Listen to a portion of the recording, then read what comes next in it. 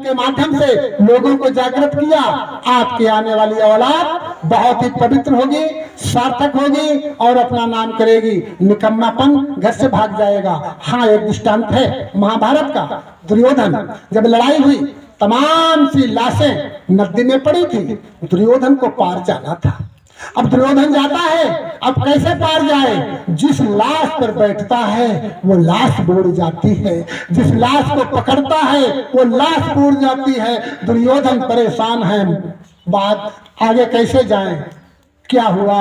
एक लाश मिलती है, उस पर वो बैठ गया। लाश नहीं बूढ़ी और लाश, उस जो जल था, अथाह जल था, उसको लाश ने पार कर दिया। दुर्योधन ऊपर बैठे हैं। जब वहां पार हो गए तो दुर्योधन के मन में एक शंका हुई, आखिर बहुत सी लाशें डूब गई, ये कौन सी ऐसी लाश है जो हमको पार कर दिया? उन्होंने उसका उल्टा किया, उसका मुख देखा तो देखा, अरे बाप रे बाप, ये तो हमारा लड़का ही है, ये हमारा लड़का है। अब ध्यान देना, मरने के बाद भी दुर्योधन को उस लड़के ने, उस पुत्र ने उस दरिया को पार कर दिया। तो आप लोग पुत्र हैं, उस संतान है उस परम पिता परमात्मा की। सत्संग सुना करके अपने परिवार वालों को पार कर दीजिए, अपने सब परिवारजनों को पार कर दीजिए। पार होने का और नाव जो है वो केवल सत्संग की ही नाव है, केवल सतगुरु है जो आपको पार करेगा।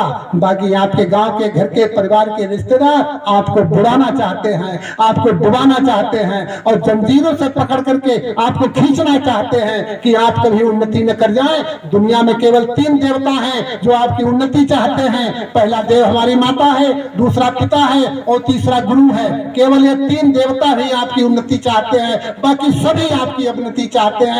चाहे जितना घर का कितना भी हितैषी आदमी क्यों न हो, हमारे घर के परिवार के ही क्यों न लोग हो, लेकिन आपका कोई हित नहीं चाहते, केवल हित चाहते हैं। तो माता पिता और गुरु, इनकी शरण में जाइए, इनका आशीर्वाद लीजिए, आपका कोई बाल बाका नहीं कर सकता है। मैं आज से आपको निमंत्रण देता हूं कि जितने लोग आए, अगली 17 तारीख को कम से कम एक लोग को जरूर लाएंगे और इस दिव्य सत्संग की चर्चा अपने रिश्तेदारों में, परिवार में, गांव में जरूर करेंगे और परमात्मा का आशीर्वाद आपके ऊपर बरसेगा। आपके घर से दुख दरिद्रता खत्म होगी, बीमारी खत्म होगी और धीरे धीरे आपकी आत्मा पवित्र हो जाएगी। तो वहां परमात्मा के घर में पहुंच जाएंगे, कोई दिक्कत ही नहीं है। इन शब्दों के साथ हम अपनी बात को समाप्त करेंगे। अगर कोई गलत वचन हो गए हों उनको छोड़ देना, अच्छे वचनों को ले लेना। हमारे साथ एक जयकारा लगाएंगे प्रेम से।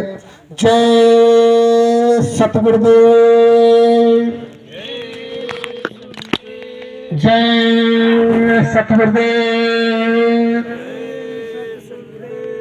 जय सतगुरुदेव।